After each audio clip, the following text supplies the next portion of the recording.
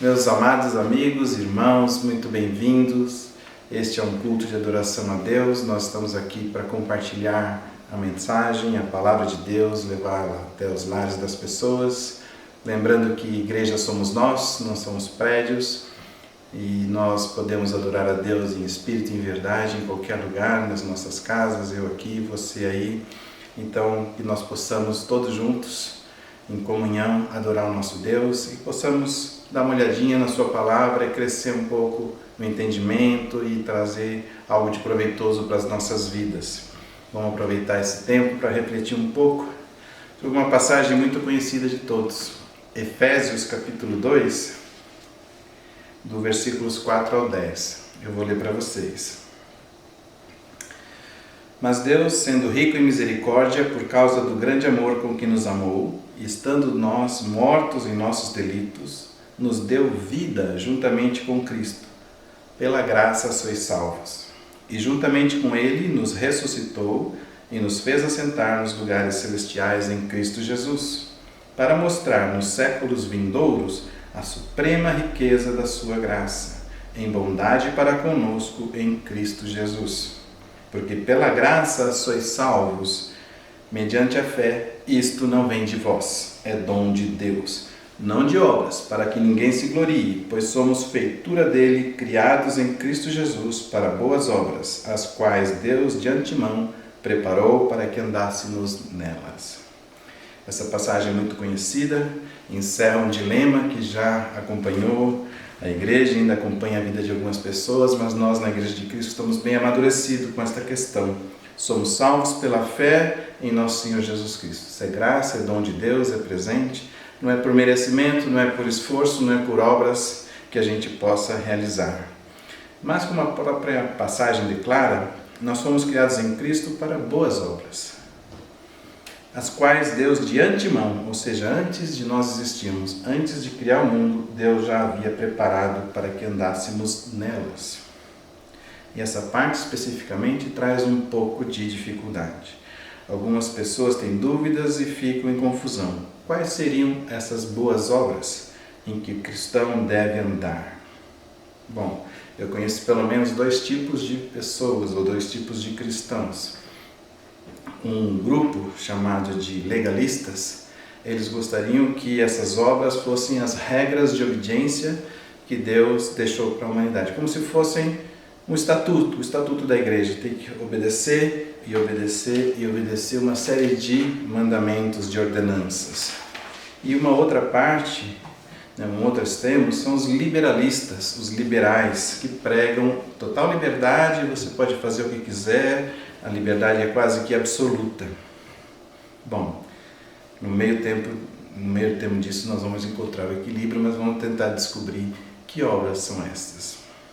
O primeiro ponto que eu gostaria de abordar com vocês é o seguinte, muito relevante. Deus observa atentamente as nossas obras. Você sabia disso? Em Apocalipse, Jesus declara isso mais de uma vez. Deus está atento e observador, conhecedor das nossas obras e as obras de toda a igreja. Deus está prestando atenção nisso. Nas cartas que Jesus escreveu para 7 igrejas da Ásia, a gente consegue ver isso lá em Apocalipse. Na carta para Éfeso, por exemplo, a gente lê lá: conheço as tuas obras, volta à prática das primeiras obras, odeie as obras dos nicolaítas. A atenção de Jesus é: o que vocês estão fazendo, cristãos de Éfeso? Jesus declara estar atento às obras. Na carta a Tiatira, Jesus diz em Apocalipse 2,19: conheço as tuas obras, o teu amor, a tua fé, o teu serviço, a tua perseverança, as tuas últimas obras, mais numerosas do que as primeiras. Isso é muito gratificante, Jesus prestar atenção e elogiar as obras daquela igreja. Em Sardes, Apocalipse 3:1, Jesus diz: conheço as tuas obras, que tens nome de que vives e estás morto. Olha isso, como Deus nos avalia através das obras. Deus está prestando atenção, sim, nas obras da fé, nas obras que nós realizamos. Assim foi com Filadélfia, com Laodiceia, e a verdade é que Deus conhece as nossas obras. Por isso mesmo, Jesus acusou tantas vezes os fariseus, os saduceus, os escribas, mestres da lei, de ter pregado algo que eles mesmos não praticavam e os chamou de hipócritas. Deus conhece nossas obras. Podemos enganar alguns por algum tempo, mas jamais poderemos enganar todos todo o tempo, e muito menos enganar a Deus. A Ele a gente não engana nunca, não é mesmo? Então fixe isso, Deus está atento às nossas obras. O segundo ponto que eu queria abordar com vocês é que obras podem ser entendidas como fruto do Espírito, o fruto de justiça que Deus nos pede para oferecer. Nós podemos, por exemplo, nos servir da passagem de Gálatas 5, 22 e 23. Lá em Gálatas 5, 22 e 23, a gente vê o fruto do Espírito é amor, alegria, paz, longanimidade, benignidade, bondade, fidelidade, mansidão e domínio próprio.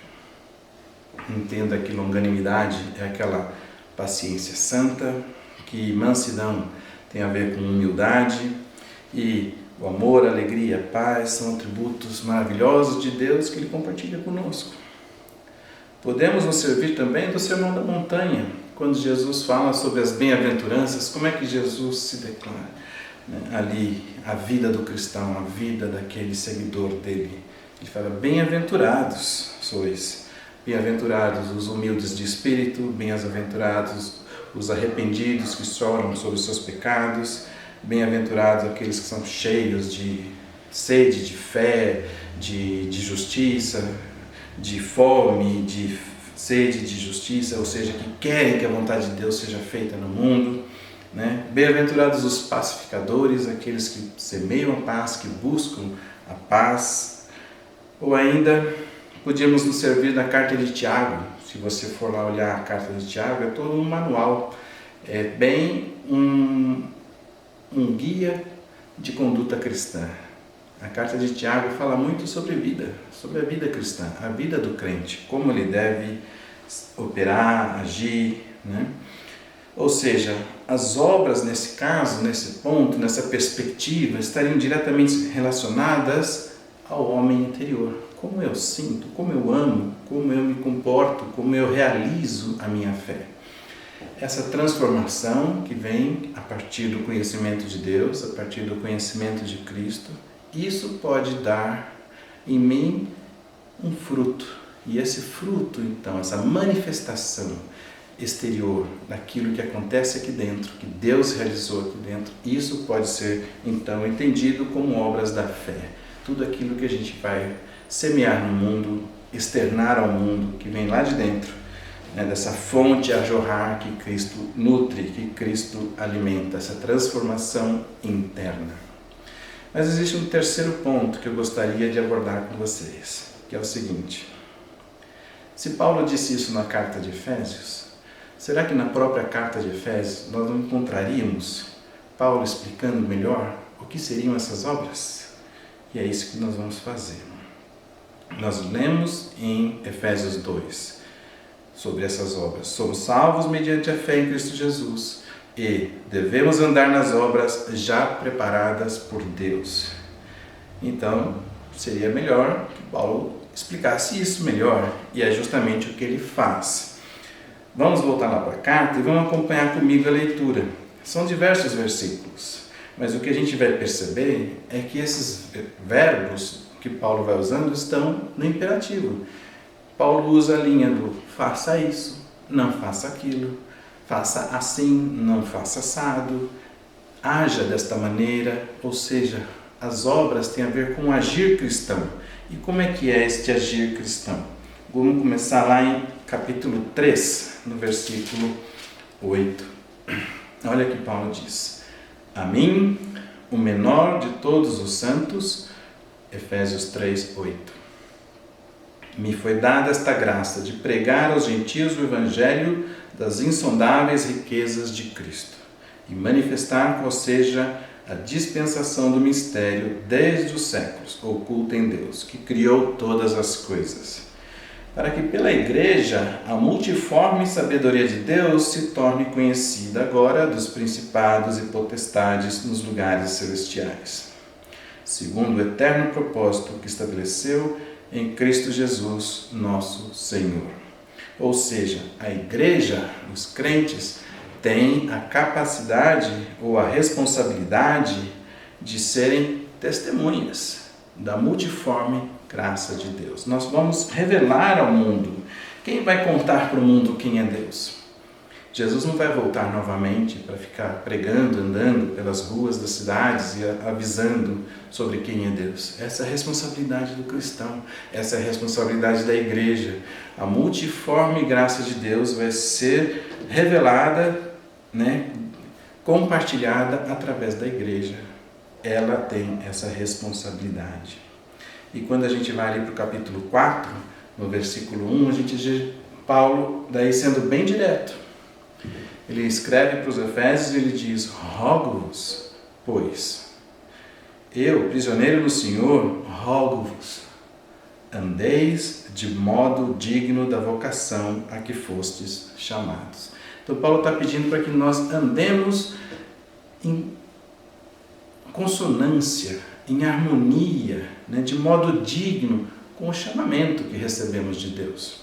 Isso sim são obras. Obras significa andar de acordo com o chamado de Deus. O que Deus te chamou para fazer? É isso que você deve fazer, é isso que eu devo fazer. E ele continua, como é que é isso? Com toda humildade e mansidão, com longanimidade, então ele está se servindo ali dos frutos do Espírito Santo, suportando-vos uns aos outros em amor. Daí ele vem e dá o foco, o núcleo, o cerne da questão. Suportar uns aos outros, amor ao próximo.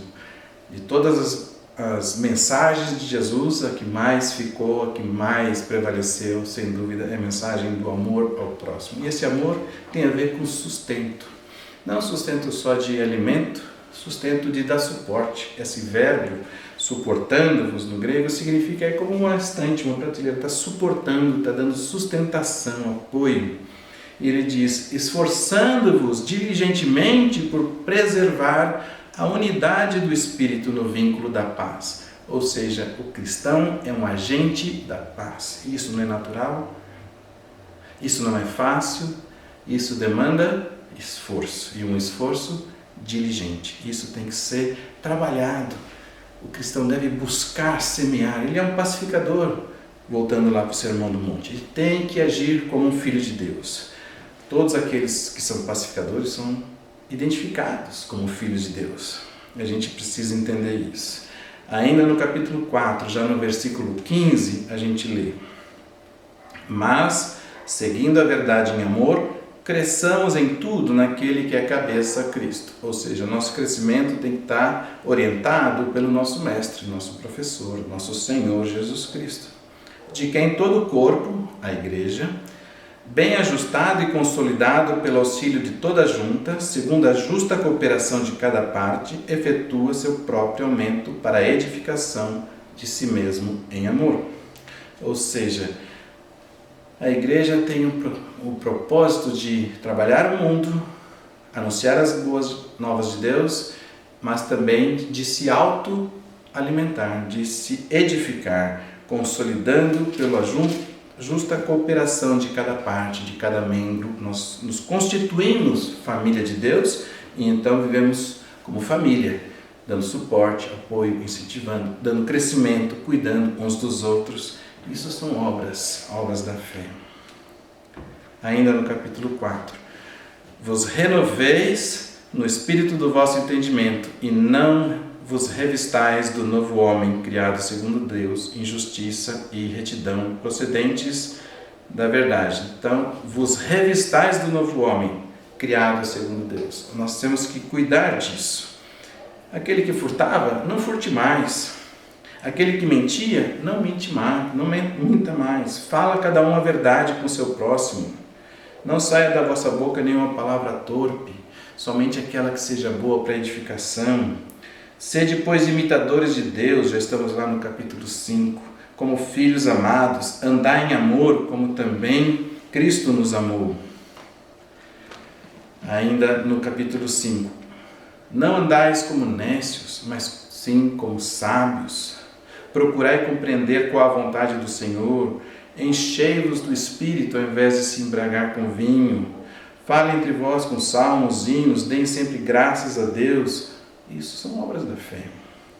Mas para finalizar, principalmente ali no capítulo 6, Paulo vai falar: tome para si toda a armadura de Deus. Entenda que você é soldado de Deus. Se fortaleça, se revista da armadura de Deus para viver a vida cristã.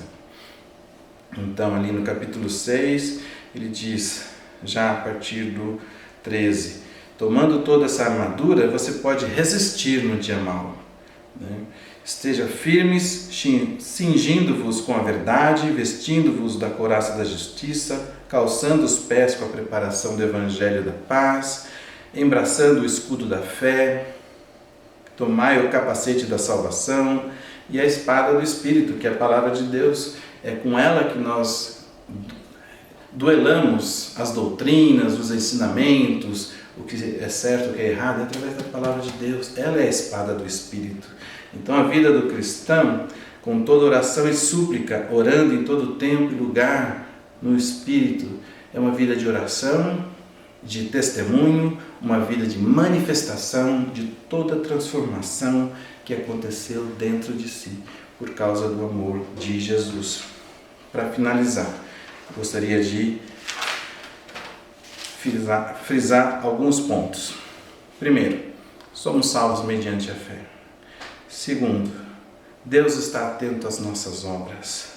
O fruto de justiça expressa bem a transformação interior que Deus busca, que Deus realizou dentro de cada um de nós. Essa carta de Paulo nos inunda de verbos no imperativo, dizendo: faça assim, cumpra assim a vontade de Deus. Entenda, busque e realize a vontade de Deus. Isso me remete aos momentos mais difíceis na vida de Jesus. Ali no Getsemane, Jesus orou ao Pai e disse: Pai, se possível, afasta de mim este cálice.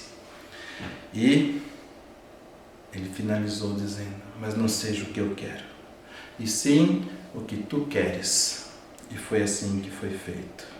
Que tenhamos todos a mesma coragem que teve Jesus ali naquele momento, de pedir a Deus: Pai, realiza a tua vontade na nossa vida. Que eu realize a tua vontade na minha vida. Que Deus te abençoe e você possa ter uma semana muito frutuosa no Senhor. Vão em paz, ótima semana para todos. Muito obrigado.